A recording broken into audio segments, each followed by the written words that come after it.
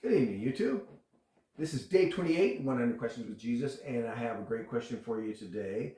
The question today is blind fools, which is greater, the gold or the temple that makes the gold sacred? Which is greater, the gift or the altar that makes the gift sacred? Now, this is in Matthew 23, 17 through 19. And what's happening here is Jesus is getting after the Pharisees for having their priorities all messed up. Previous to making this or saying this question and making this statement, Jesus tells them that he calls them blind guides. He says that you guys travel the earth looking for someone to convert to your religion, and then you turn them into another child of hell, just like yourselves, and that they have their priorities messed up, and that they say to people that if they make an oath by the temple, that oath is not withstanding, but if they make an oath and use the gold of the temple as to swear by, then that oath is an oath that is binding. And that's just crazy. And Jesus points out to them what is more important, the gold, or where you're bringing the gold to. What is more important, the gift or the altar that you're bringing it to? And he really points out to them that their priorities are all wrong. And there was a lot of that.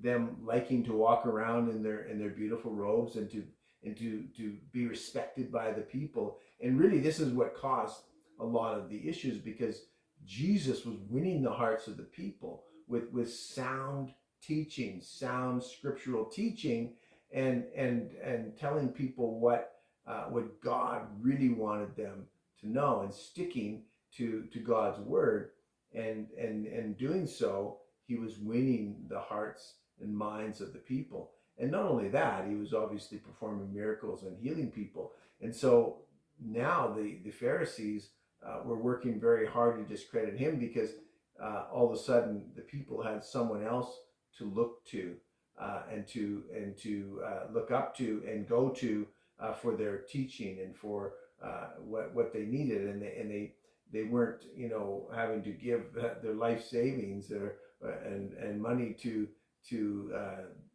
this person that was teaching them. And you're seeing it in the churches today. I mean, people get finagled out of all their money, by church leaders and say this loosely, but pastors telling them that if you give hard to the church, that you're going to be blessed, and that God's going to make you rich and successful, and they talk about success as being rich and having an abundance, because Abraham had an abundance and Joseph had an abundance, and the reason they had an abundance is because they gave to God.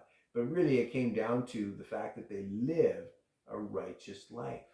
And if Joseph's focus would have always been gold or money, he wouldn't have reached the success he reached.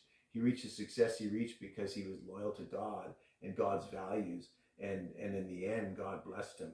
The same with Abraham. He was obedient to God, and he did what God asked him to do. And blessings came from that.